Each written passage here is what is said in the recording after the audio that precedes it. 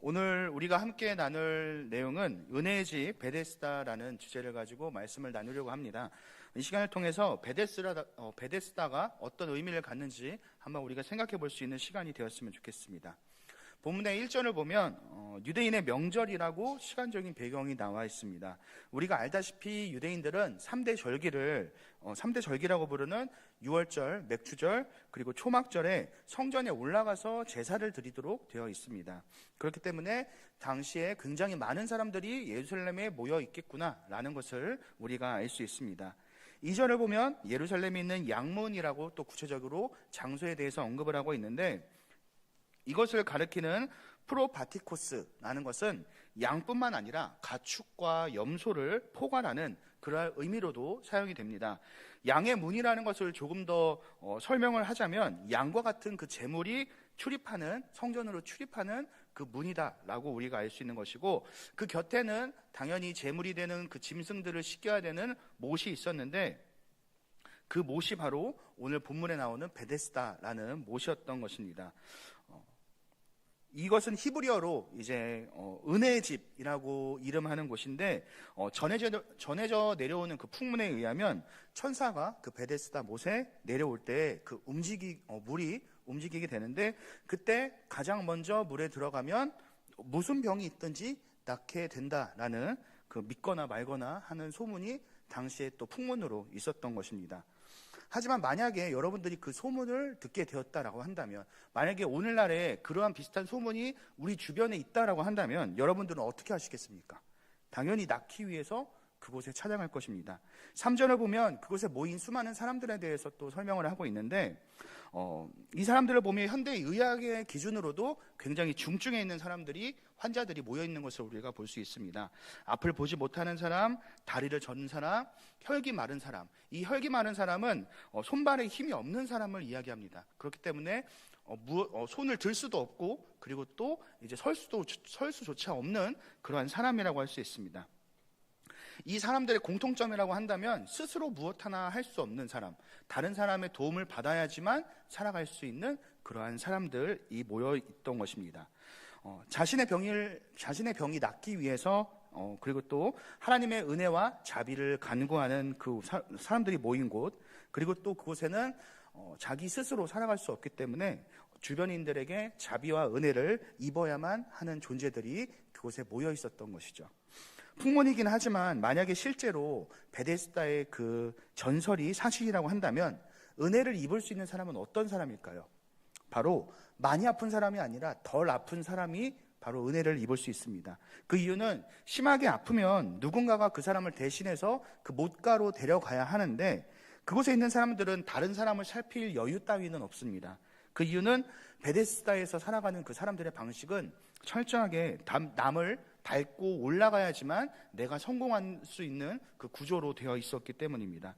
내가 다른 사람보다 더 빨리 가야지, 그리고 목표를 이뤄야지만 성공할 수 있는 것이 어떻게 보면 오늘날에 우리가 살아가는 그 세상의 방식과 크게 차이가 없는 모습인 것 같습니다. 그런데 오늘 본문에서는 그곳에 있는 사람들 중에 한 사람에 집중을 하고 있습니다. 5절을 보면 그 사람이 38해 동안 병을 앓고 있었다라고 이야기를 합니다. 여러분들 새해가 시작된 지 얼마 되지 않았는데, 아마 새해를 맞이하면서 아마 각자 기도 제목이나 그런 것들을 아마 마음에 두셨을 것 같습니다. 그리고 또 그 일을 위해서 아마 다들 기도를 하셨을 것 같습니다. 그런데 작심삼일이라는 말이 있는 것처럼 사람은 마음을 먹기는 하지만 그것을 오랫동안 하는 것은 쉽지가 않습니다. 그런데 이 사람은 1년도 아니고 10년도 아니고 38년 동안 그 자리를 떠나지 않고 기다리고 있습니다. 그 모습을 통해서 우리가 생각해 볼 수 있는 것은 바로 이 사람은 어떤 미련 때문에 그 자리를 떠나지 못하는 거 아닌가 하는 부분입니다. 왜냐하면 우리가 앞에서 살펴본 것처럼 이 베데스다의 방식으로는 이 사람은 절대로 치료를 받을 수 없는 그런 상황이기 때문입니다. 애초에 로또라는 것은 숫자가 맞으면 되기라도 하니까 어떻게 보면 베데스다보다도 더 확률이 높을 수도 있습니다. 그런데 이 베데스다는 내가 철저하게 남보다 더 우월해야지만 내가 성공을 할 수 있지만, 38년 된 병자는 혼자 힘으로 설 수조차 없는 사람이기 때문에 가능성으로 보면 거의 0이라고 할 수 있는 것이죠. 그런데 38년 동안 그 자리에 계속 머물러 있는다? 이것은 어떻게 보면 하나님께 은혜를 입기보다는 사람에게 은혜를 입어서 조금이라도 돈을 얻어볼 심산이 아니었을까 우리가 생각해 볼 수 있습니다. 실제로 사도행전을 보면 성전 미분에서 구걸하던 그 안진뱅이가 기록이 되어 있는데 재물이 드나드는 곳과 인접해 있다라는 점을 우리가 생각할 때 그곳에서 만약에 사람들의 눈에 띄기라도 한다면 뭐라도 생길 수 있는 것이 거기에 있는 사람들의 그 심산일 수가 있는 것이죠. 예수님께서는 왜 하필 그 사람을 찾아갔는지는 우리가 알 수 없습니다. 하지만 그를 찾아오실 때 6절을 보면 그 누운 것을 보시고 병이 벌써 오래된 줄 아시고 라고 성경에는 이야기합니다.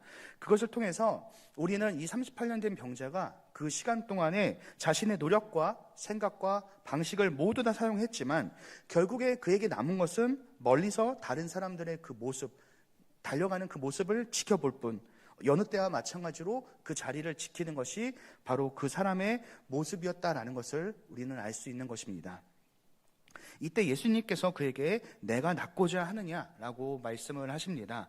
어떻게 보면 38년 된 병자에게 있어서 가장 기다렸던 순간이 될 수도 있고 그가 그 자리에 근본적으로 있었던 이유, 그 문제를 해결해 줄 수 있는 유일하신 그 예수님이 그를 찾아오셨기 때문에 그는 어떻게 보면 가장 중요한 순간을 맞이했을 수도 있습니다. 하지만 그는 예수님을 알아보지 못했습니다. 대신 예수님께 이렇게 대답을 하는데 5장 7절입니다. 병자가 대답하되 주여 물을 움직일 때에 나를 못에 넣어주는 사람이 없어 내가 가는 동안에 다른 사람이 먼저 내려가나이다 라고 이렇게 대답을 합니다. 낫고 싶냐고 물어봤으면 네 라고 이렇게 대답을 하면 되는데 이 병자는 자신이 낫지 못하는 이유에 대해서 구구절절 설명하는 모습을 볼 수 있습니다. 물이 움직일 때 내가 가장 먼저 들어가야 되는데 나를 도와줄 사람이 없어서 내가 지금 이러고 있습니다. 그 사람들만 있었으면 내가 진작에 이 병을 고치고 그리고 이런 고생을 하지 않을 수가 있을 텐데 나의 조건이, 나의 환경이 조금만 더 좋았더라면 내가 이러지 않았을 텐데 라고 이렇게 푸념을 늘어놓고 있는 것이죠. 이 사람의 말을 천천히 살펴보면 그는 이미 자신이 실패한 이유에 대해서 합리화를 모두 마친 상태입니다. 그도 그럴 것이 이미 38년이라는 그 시간 동안에 그는 실패와 좌절을 충분히 맛보았기 때문에 그럼에도 불구하고 그가 그 자리에 있는 것은 스스로 납득을 시켜야만 가능한 것이기 때문입니다. 그는 늘 그 자리에서 불만과 불평을 가지고 38년을 살아왔었던 것입니다. 그 사람이 예수님께 하소연을 하자 예수님은 그 사람에게 이렇게 말씀하십니다. 내 자리를 들고 걸어가라. 그 말씀이 끝나자마자 그를 괴롭히던 병은 낫게 됩니다. 그리고 그는 스스로 일어나 자리를 들고 걸어가게 됩니다.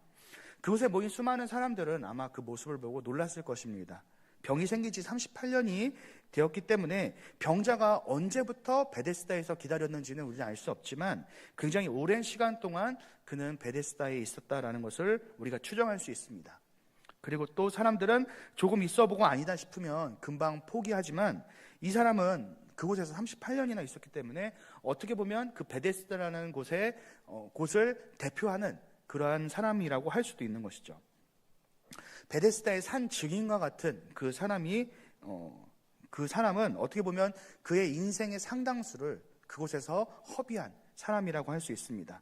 그런데 그러한 자가 치유를 받고 이제 그곳을 떠나가니까 사람들은 그 모습을 보고 믿을 수가 없었을 것입니다.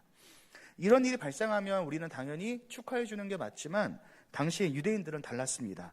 38년간 낫기를 간절히 바랬던 사람이 치유받은 그 사실보다 그들이 지키는 그 안식일이라는 그 종교적인 행위를 지키는 것이 더 중요했었기 때문입니다.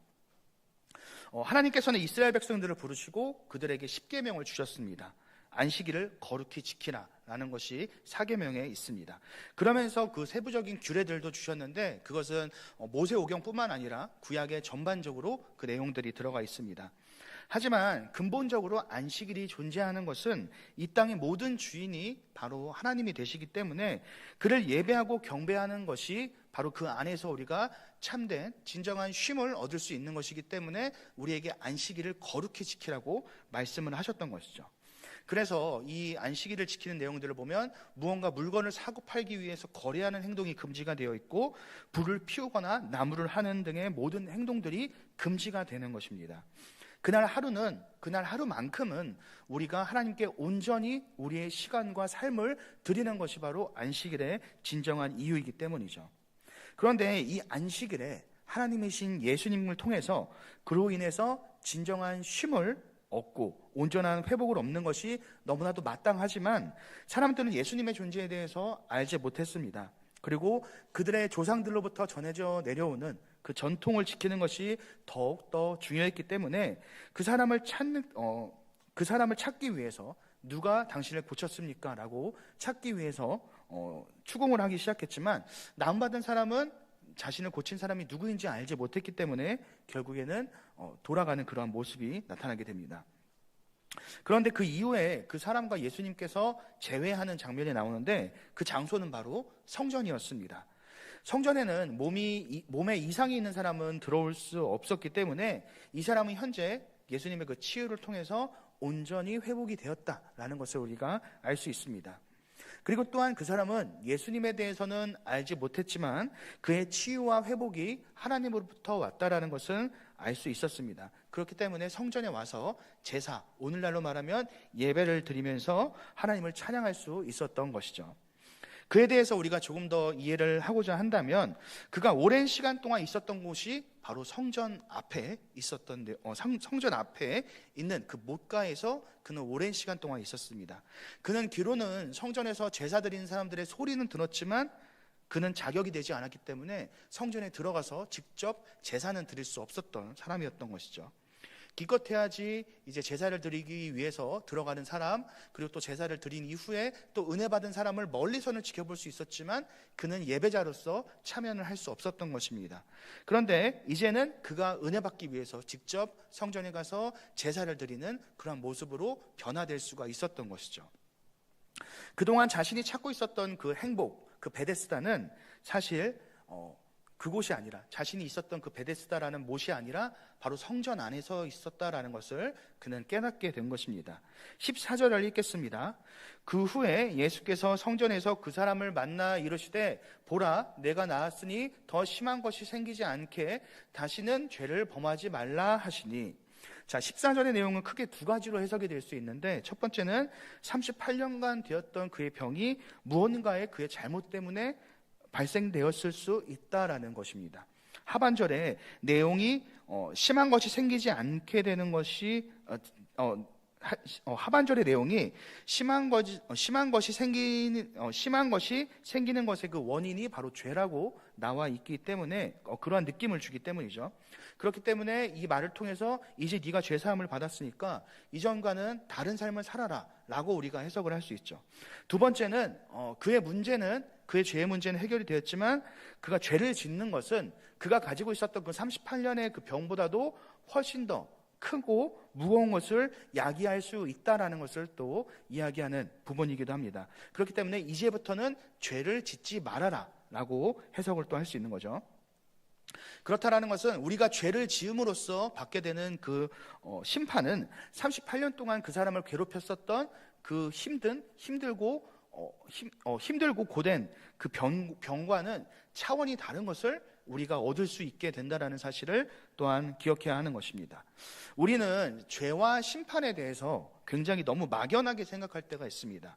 그리고 그런데 만일 여러분들이 죄를 지었을 때 그 죄의 결과가 만약에 38년 동안 여러분들이 서지 못하는 것이라고 한다면, 여러분들 중에 혹시 죄를 지을 분이 계실까요? 아마 여러분들 중에는 한 분도 계시지 않을 겁니다. 왜냐하면 그만큼 얼마나 고통스러운지 우리가 알고 있기 때문입니다. 하지만 우리는 죄의 삭스로 그보다 훨씬 더 심한 그리고 비교할 수 없는 영원한 심판을 받게 된다는 것이 성경의 말씀입니다. 그럼에도 불구하고 우리는 살아가면서 죄를 짓는데 전혀 거리낌이 없이 짓고 살아간다는 것입니다. 그것이 가능한 이유는 무엇이냐면 바로 죽음 이후에 바로 존재하는 천국과 지옥에 대해서 내가 확실한 믿음이 없을 때 우리는 그러한 삶을 살아가게 되고, 혹시라도 우리가 지옥에 대한 존재는 알고 있지만 그것은 실존하는 것이 아니라 단순하게 그냥 이미지적인 것이다, 상징적인 것이다 라고 우리가 생각할 경우에 우리는 그 죄의 결과에 대해서 가볍게 넘길 수가 있다는 것입니다. 하지만 분명히 성경에서는 천국과 지옥에 대해서 명확하게 증거하고 있기 때문에 우리는 이 땅을 살아가면서 죄와 구별된 삶을 살기 위해 우리는 최선을 다해야 할 것입니다. 15절을 보면 치유받은 사람은 자신을 고치신 분이 예수님인 것을 고백합니다. 예수 그리스도를 통해서 구원받은 자는 반드시 그를 증거하는 모습이 그의 삶 속에 나타날 수 있는 것을 우리가 발견하게 됩니다. 그가 치유를 받았다라는 것은 그가 하나님으로부터 은혜를 받았다라는 것이기도 한데, 우리가 기대할 수 있는 것은 참된 은혜와 자비는 다른 곳이 아니라 바로 예수 그리스도를 전함에 있다라는 것도 알 수 있습니다. 그리고 또 우리 역시 예수 그리스도를 통해서 받은 그 은혜와 자비를 우리 주변에 전하는 삶을 사시기를 주님의 이름으로 축원합니다. 아멘.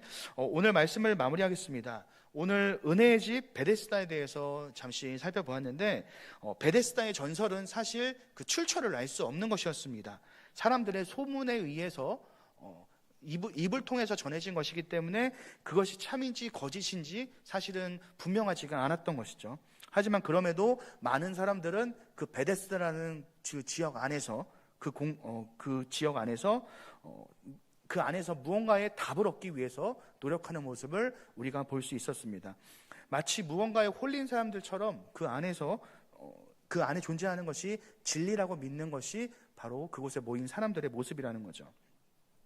우리가 살아가는 그 세상의 문화도 비슷한 것 같습니다. 행복에 대해서, 우리의 인생에 대해서 다양한 정의들을 내려오고 있지만 정작 그 안에서는 정말 우리에게 참된 진정한 기쁨을 주지 못합니다. 오히려 다양한 정보들은 우리의 눈과 귀를 가리울 때가 많다라는 것을 우리는 기억해야 합니다.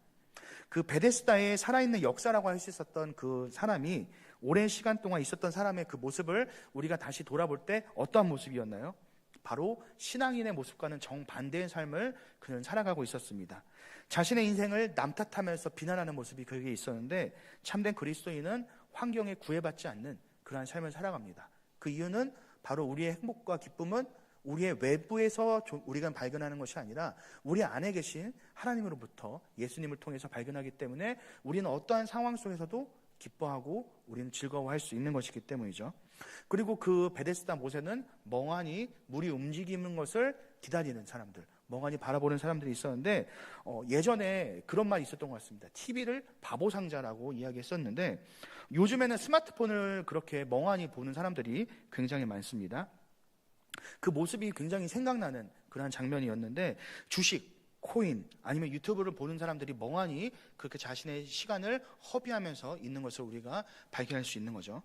그런데 신앙인들은 그냥 그렇게 멍하니 있는 것이 아니라 바로 직접 행동을 하게 만듭니다. 그 이유는 바로 우리가 행동을 할 때 우리의 삶에 하나님의 역사가 나타나기 때문이죠.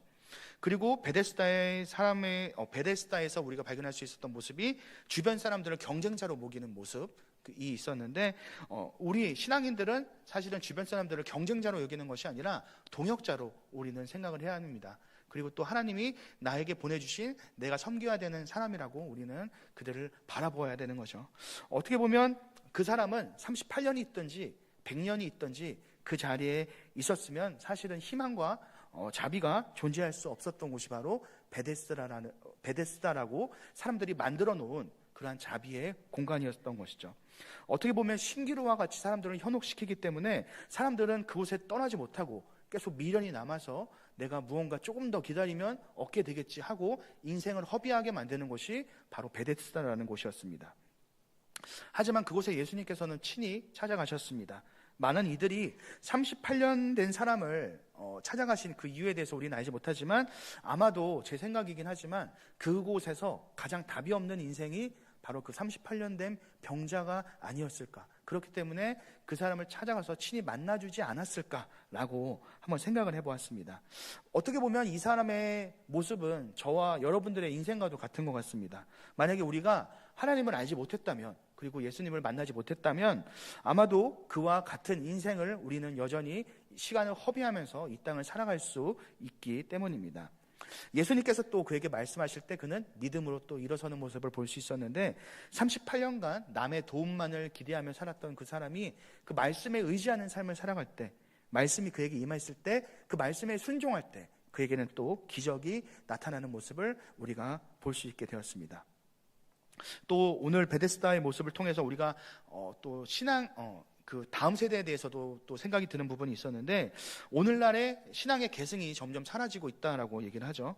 부모님은 신앙을 믿음이 있지만 자녀들은 믿음이 없는 경우가 많습니다. 어떤 선교단체에서는 또 청소년 그리고 또 대학생들의 복음화 비율이 3% 미만이다 이렇게 이야기하는 사람들도 있습니다. 그런데 그 중에서 또 크리스천 대학생의 절반은 가난한 성도다라는 또 이런 또 조사가 있습니다. 그렇기 때문에 굉장히 충격적인 그러한 시대를 우리가 살아가고 있는 거죠. 다양한 원인들이 있겠지만 오늘 본문과 연결해 주어서 보면 우리 부모님들이 너무나도 자녀들을 사랑한 나머지 그들에게 은혜 받을 기회마저도 빼앗아 버린 것은 아닌가, 이런 생각을 좀 하게 되었습니다. 아이들에게 문제가 있을 때 아니면 아이들이 무언가 필요할 때 그들이 가장 먼저 찾는 것은 하나님이 아니라 바로 부모님이 되어버렸기 때문이죠. 그리고 부모님들은 자신이 사랑하는 그 자녀를 위해서 내가 힘들지만 내가 빚을 내서라도 자녀를 위해서 내가 또 헌신하는 모습이 우리에게는 나타나기 때문에 나와는 달리 내 자녀가 고생을 하지 않았으면 하는 그 마음에서 우리는 그들이 원하는 것을 더 주게 된다는 거죠. 부모가 무엇이든지 자녀에게 주고 싶은 마음은 당연합니다. 하지만 행여라도 우리의 그 인간적인 사랑의 방식이 결국에는 우리의 다음 세대의 그 희망과 소망이 없는 그 거짓된 베데스다에 우리가 아이들을 밀어넣는 것은 아닌가, 우리가 또 생각해 보게 됩니다. 아이들에게 있어서 하나님이 존재해야 되는 그 자리에 바로 여러분들이 계시는 것 아닌가, 우리가 돌아보게 되는 것입니다. 우리가 자녀들에게 가르쳐야 되는 것은 이 땅의 유일한 소망이신 예수 그리스도를 전하는 것입니다. 그것만이 우리 인생에 살아갈 그 소망이 되고 희망이 되고 그것을 우리가 가르쳐야 된다는 거죠. 우리의 베데스다는 이 땅에 있지 않고 바로 하늘나라에 있다는 것을 우리는 다음 세대에 가르쳐야 할 것입니다.